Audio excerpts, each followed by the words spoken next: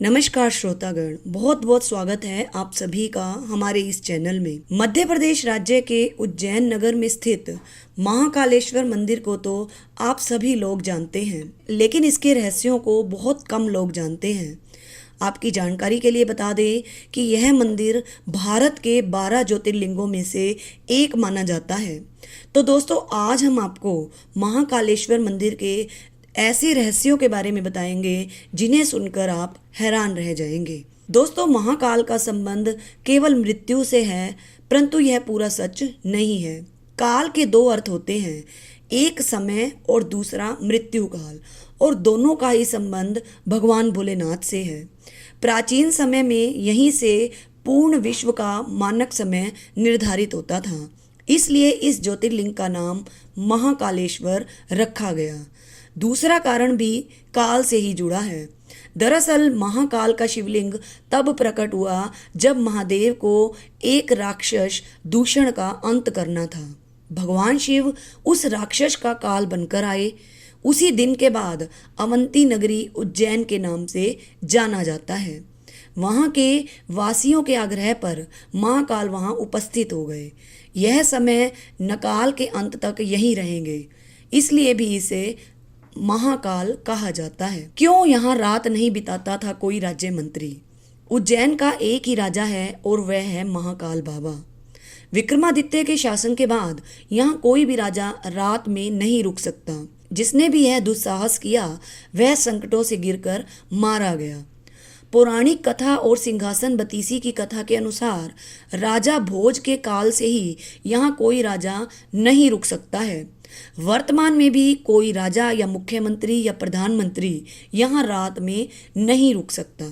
इससे जुड़े कई उदाहरण भी प्रसिद्ध हैं, जिनके बारे में आपको जानकर आश्चर्य होगा। एक बार देश के चौथे प्रधानमंत्री मोरारजी देसाई जब मंदिर के दर्शन करने के बाद रात में यहाँ रुके थे तो उनकी सरकार अगले ही दिन गिर गई थी। ऐसे ही कर्नाटक के मुख्यमंत्री BS येदुरप्पा भी उज्जैन में रुके थे तो उन्हें कुछ ही दिनों के अंदर अपना इस्तीफा देना पड़ा था। कुछ लोगों के मुताबिक महाकाल भगवान ही शहर के राजा हैं और उनके अलावा कोई और राजा यहाँ नहीं रुक सकता। महाकाल की भस्म आरती का भी बहुत बड़ा रहस्य है। जितना प्राचीन भगवान महाकाल का मंदिर है, उतना ही रहस्यमय यहाँ होने वाली भस्म आरती भी है। प्राचीन काल में राजा चंद्र सिंह शिव के बहुत बड़े उपासक माने जाते थे।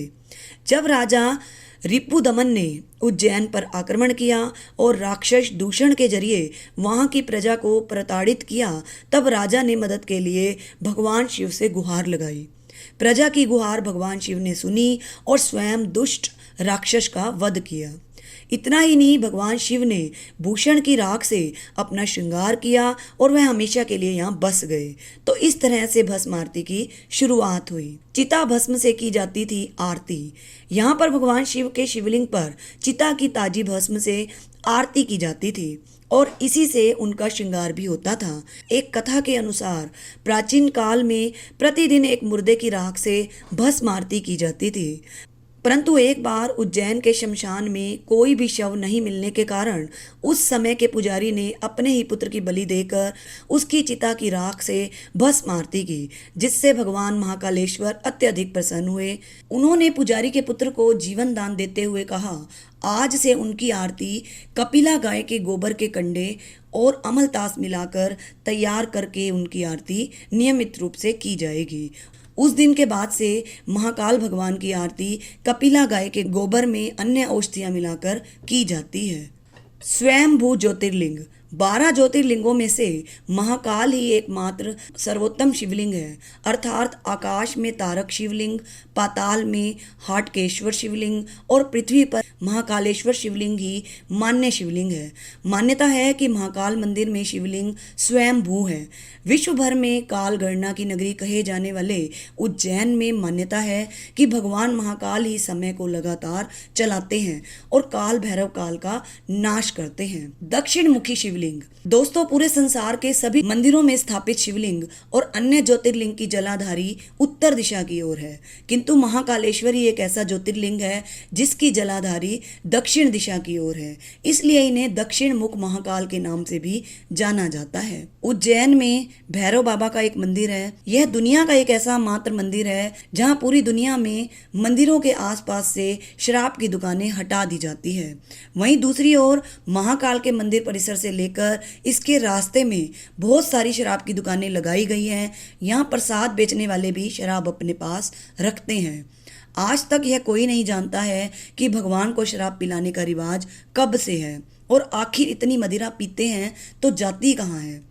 शिवलिंग को नष्ट करने की कोशिश करी गई, जिसके कारण पुजारियों ने उसे छुपा दिया और इसकी जगह दूसरा शिवलिंग रखकर उसकी पूजा करने लगे।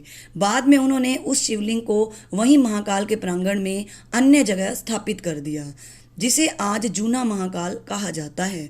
हालांकि कुछ लोगों के अनुसार असली शिवलिंग को छेड़छाड़ होने से बचाने के लिए ऐसा किया गया था। वैसे तो मंदिरों में रोजाना चमत्कार होते हैं, लेकिन सभी चमत्कार आम लोगों तक नहीं पहुंच पाते हैं। ऐसा ही एक दुर्लभ चमत्कार महाकाल मंदिर के गर्भगृह में लगे सीसीटीवी कैमरे में कैद हो गया और किसी सदस्य ने इस चमत्कार को सार्वजनिक कर दिया।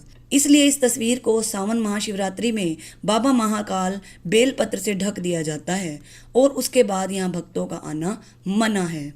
तो ये थे महाकालेश्वर मंदिर के कुछ रहस्य।